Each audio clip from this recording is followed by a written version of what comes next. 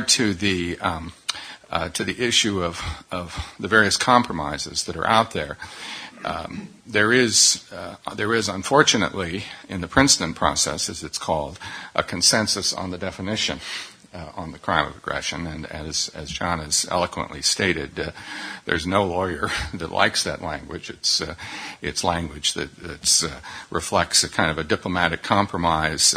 It doesn't easily. It's very hard to take that language and turn it into a typical criminal statute of the kind that I prosecuted as U.S. attorney or as a prosecutor in the ad hoc tribunals, of really coming down with the elements. And as a result, you see that coming out of that process, there's elements that basically restate it and that don't really tell us what character, gravity, and scale mean, don't really define what a manifest act is. Now that we're participating, I think it's fair to say, though of course we don't have a vote, there may be a little less consensus on it, but there is this danger that the review conference could proceed to put 8 bis into the statute. And I think if they do that, I think we're going to want to try to work to assure that there are understandings or provisions in the elements that make it clear that acts taken to protect one's sovereignty or acts taken to protect others, which are specifically to be defensible under Article 31 of the statute, acts to, for instance, intervene to protect individuals from genocide or war crimes or crimes against humanity, are not manifest violations.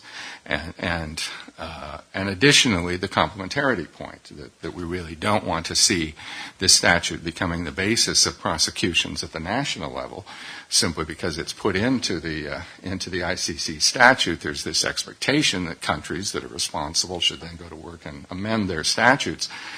We don't want to see a direction to do that. Of course, countries can do what they want to do, but we also don't want to see the possibility of prosecution of aggression, particularly on a universal basis, prosecuting someone who happens to visit your country because they were involved in aggression elsewhere, and preferably not on the basis where the victim state, so-called, could prosecute a non-national. Perhaps a prosecution of one's own national for aggression would be appropriate, as was outlined, I think, by the International Law Commission back in '96. So those are subjects that will be discussed there, and we'll be working very hard to get the kind of clarifications, if possible. But I think the better alternative would be to study this thing further and not to walk into this area. And so we'll be active on that. Now, on the second issue, on definition, on trigger and all of that, there isn't a consensus. And we saw that in New York. There was a